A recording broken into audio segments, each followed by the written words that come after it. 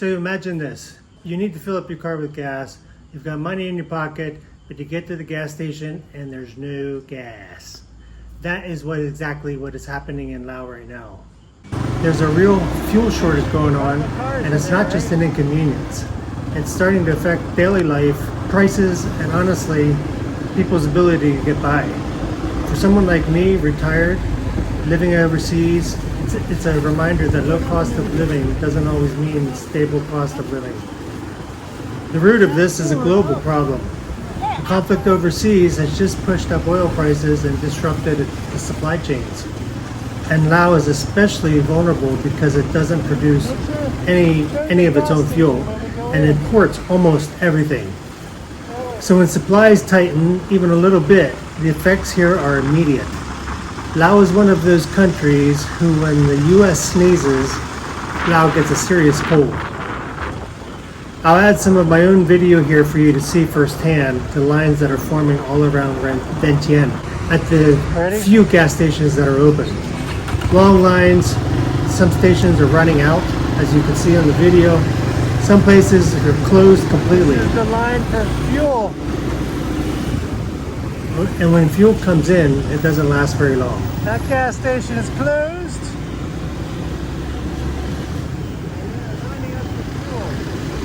And in some cases, there are cases. In some cases, people are sleeping at the station overnight just to get a little bit of fuel rations. And then there's the price. Fuel prices have jumped significantly, some close to 50%. That's not just a number, that hits everything. But here's the part I think people outside of Laos might not fully understand. A lot of the locals here are already living pretty close to the edge. So when fuel goes up or disappears, it's not just about driving less. It means higher food prices, more expensive transportation, harder to get to work, some margins and smaller margins for small businesses. If you're a delivery driver, a tuk-tuk driver, taxi driver, or running a small shop, this will hit you immediately. And unlike retirees or expats, there's not a lot of cushion.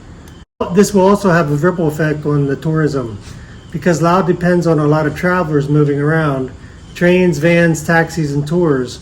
If fuel is limited or expensive, you're going to start seeing higher transport prices, fewer available rides, possible disruptions in travel plans. So for tourists, that changes the experience. For the country, that means less income coming in. Now, from my perspective, living here in retirement, this is exactly the kind of thing you don't really think about when you move to a low-cost country. And I'm not here because of the low-cost living, I'm here because I'm married to a Lao person. Otherwise, I probably would not be here. You think about cheap rent, cheap food, and generally that's true. But events like this remind you there are trade-offs. Because when something goes wrong here, it can hit harder, faster than in more developed countries. Supply chains are thinner and systems are a lot more fragile. So something happening halfway around the world shows up here right at the gas pump.